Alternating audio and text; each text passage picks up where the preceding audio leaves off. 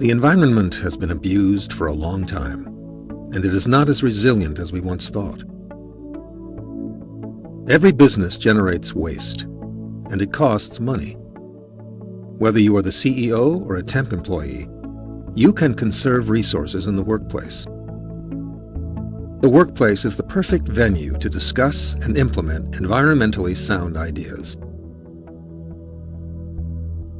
The more money your company saves, the better chances you have of earning more money while helping the planet.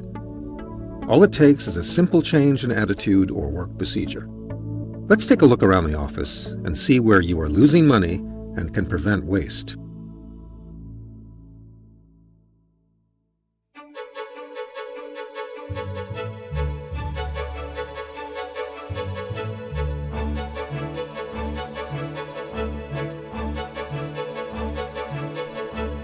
Paper.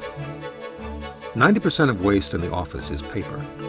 Computers were supposed to reduce paper use, but there are still ways to maximize use and minimize waste. A 10-ream box of paper equals 1 tree. Recycled paper is bleached, processed mechanically, and delivered to you. To save trees, oil, and money, use double-sided print options.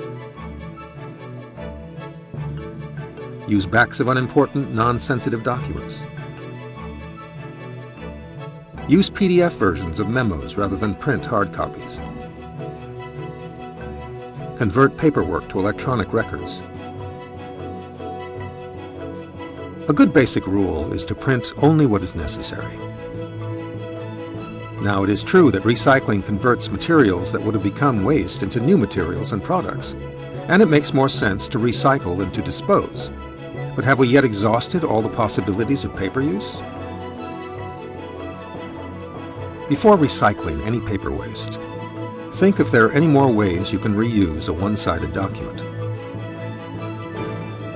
How about if you cut the document into 4 sections and staple? There, you now have scratch pads. And what about newspapers in the office? Perhaps you can subscribe to online versions, or shred old copies and use it for packing. And what about catalogs? It is quite possible that your office receives an abundance of catalogs every year, and probably some are for those no longer in your employ. First, ask yourself if you really want the catalog, and if so, order one and share. Consider subscribing to an online version. Most important, write to each publisher to cancel all unwanted copies. In addition, register your name with the Direct Marketing Association's Mail Preference Service.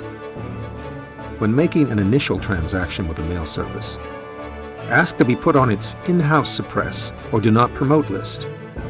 Tell the company not to rent or share your name with other companies.